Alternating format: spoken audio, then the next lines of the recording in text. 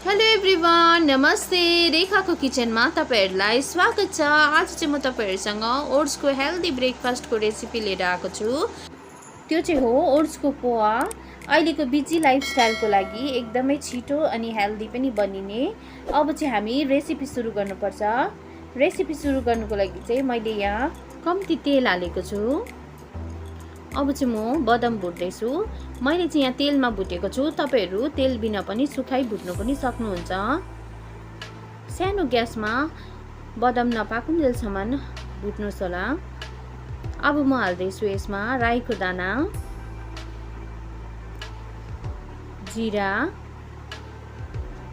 कढीपत्ता। यो सबै हाल्दाखेरि चाहिँ ग्यासको फ्लेम चाहिँ स्लो नै राख्नुहोस् होला।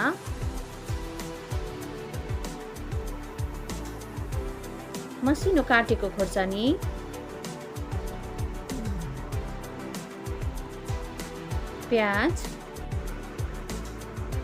प्याजलाई पनि हल्का भुन्नुहोस् होला। अब चाहिँ म हाल्दैछु यसमा गाजर। मैले चाहिँ भेजिटेबलमा चाहिँ प्याज र गाजर मात्रै हालेको छु।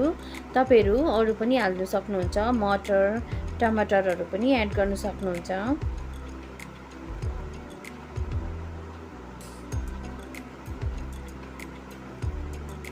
यसमा हाले मैले हल्दी, रेड चिल्ली पाउडर, नुन। यो सबै हालिसकेपछि चाहिँ अब चाहिँ हामी यसलाई मजाले मिक्स गर्नुपर्छ।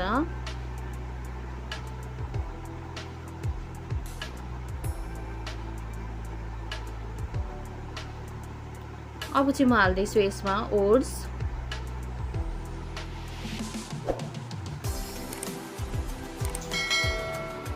याद गर्नु होला, हाम्रो ग्यासको फ्लेम चाहिँ स्लो नै राख्नुपर्छ। ओट्स अनि भेजिटेबल सबै मिक्स भइसकेपछि चाहिँ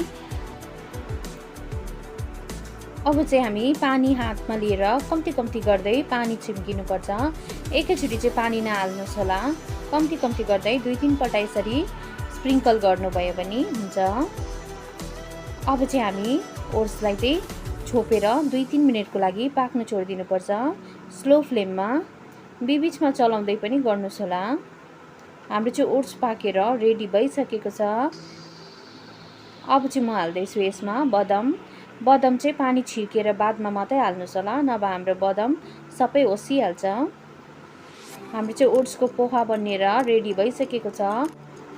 तपाईहरुलाई यो हेल्दी ब्रेकफास्ट ओट्सको पोहाको रेसिपी कस्तो लाग्यो प्लिज कमेन्ट गर्नुहोस् होला। यदि राम्रो लाग्यो भने लाइक पनि गरिदिनुहोस् होला।